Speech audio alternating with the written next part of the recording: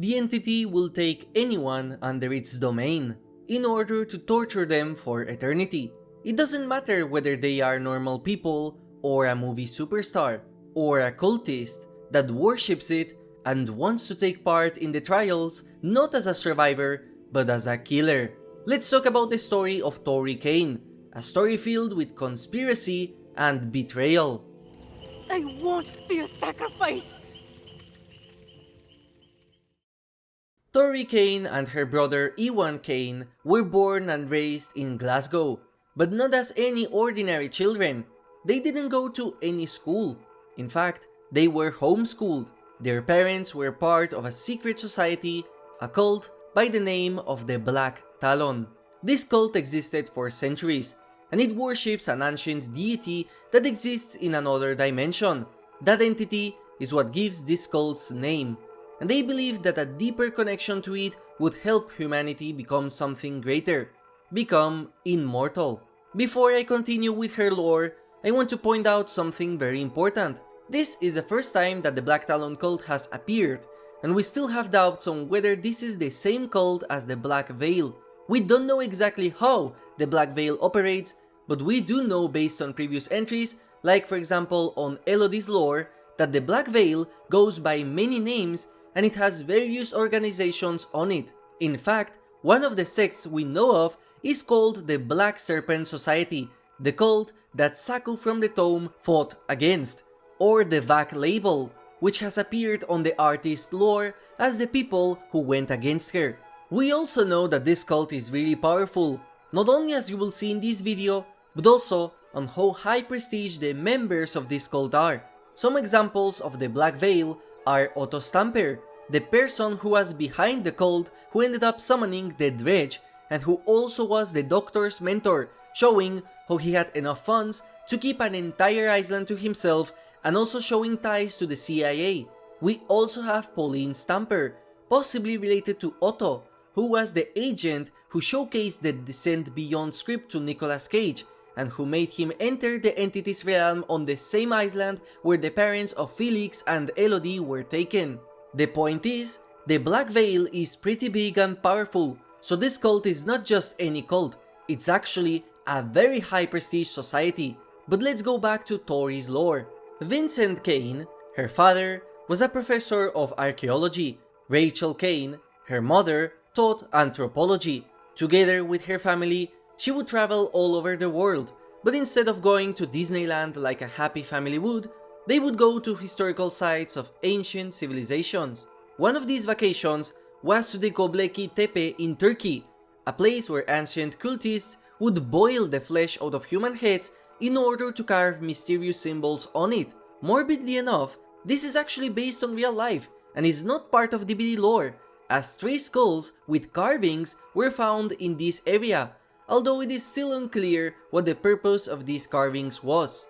These places had connections with a different world on them, and these overlaps would be called the Bleeds by the Black Talon, places that apparently hid advanced technology and knowledge that only the most advanced of disciples would get to uncover. However, the Bleeds were dangerous, and you would have to be very prepared in order to enter one of them. They used special hazmat suits in order to protect themselves from the dangers inside, but their protection was not guaranteed. Think of it like the scenes in Stranger Things where the scientists would enter the Upside Down. The disciples of the Black Talon would build underground complexes near any of the Bleeds so they could investigate them better, along with living quarters, labs, and storage areas. Remember the weird Ormond map that we will get before the end of this year? The mine that seemed to have no connection with either the Houndmaster or Taurie Cain? Well, it seems like the Ormond Lake mine is actually one of the Bleeds that the disciples of the Black Talon researched. We have laboratories, living quarters, storage sites, and we don't know what happened here, but it's clear that something went wrong. In fact, in the Legion comics released years ago, behavior already hinted at this map's existence. According to Julie, back in the days in Ormond, they had mining operations where 13 people died. This hole, which she described as dark and endless, was part of a weird operation related to human sacrifices. It is in one of these bleeds, the one in the Göbekli Tepe, where Vincent Cain would disappear. Their mother went inside to try and find him, but she also disappeared. In a desperate attempt to find her parents, Taurie and Ivan tried to enter these bleeds, but they only had one old, outdated suit, but it didn't matter to her, so she decided to risk it all and enter the bleed without any protection. Her brother, on the other hand, didn't dare. Once inside, she knew this place was dangerous. She constantly heard weird noises and felt the stare of predators wanting to hunt her, all in a weird, alien place. That's when she found torn pieces of a hazmat suit, bloodied. There was no body, only pieces of meat scattered on the ground. Close to that discovery, she found her father, unconscious but with the suit intact. She struggled to drag him away before the predators would attack. Suddenly, in the middle of all this chaos, her brother Iwan, equipped with the oversized suit, entered in order to help her survive. He led the creatures away from Taurie and Vincent, giving them a chance to escape. She took this opportunity to escape at the cost of hearing her brother's screams. The disciples of the Black Talon were incredibly impressed with Taurie. Not only did she survive a bleed without the suit, she was also still mentally sane. We know that this event happened on the 15th of April of 2015, as per the official documents of the Black Talon that describe these events. On the document related to Vincent Cain, we know that he suffered various hits inside the bleed, as well as he suffered mentally from the effects of being inside it. As for Taurie, however, the document explains how she was still intact and was coherent in her words, unlike her father. She wanted to see her father and also demanded them to return back in order to find her brother, possibly dead. There was surprisingly no mention of her mother. However, something really interesting about this last image is that on the same document talking about the Taurie Cain incident, we can see a direction on the top left, which is Calle del Sol in San Juan, Puerto Rico. This is a real life address, and I am not sure how this is supposed to be connected with the actual lore of the survivor. On that same document, it is also revealed that Taurie was able to go back to normal after 3 days, but she was not normal. In truth, something dark awoke inside her. She was corrupted with a dark energy that allowed her to see visions of killers sacrificing victims to the Black Talon. She thought that these visions were predicting her future, that she would end up like one of those killers. The members of the cult quickly rose in ranks, learning new secrets from the Black Talon. But Taurie, she rose faster than all of them. She was sent in various operations around the world, recovering various arcane artifacts that would help her understand the Black Talon.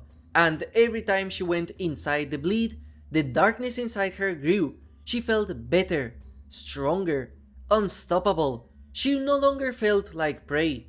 She instead felt like the hunter. Taurie was fully committed to the cult and transcendence. However, not everyone was like her. Some people thought that the cult was a force of evil, and they wanted to expose them. They didn't understand their vision, that some sacrifices need to be made for the greater cause.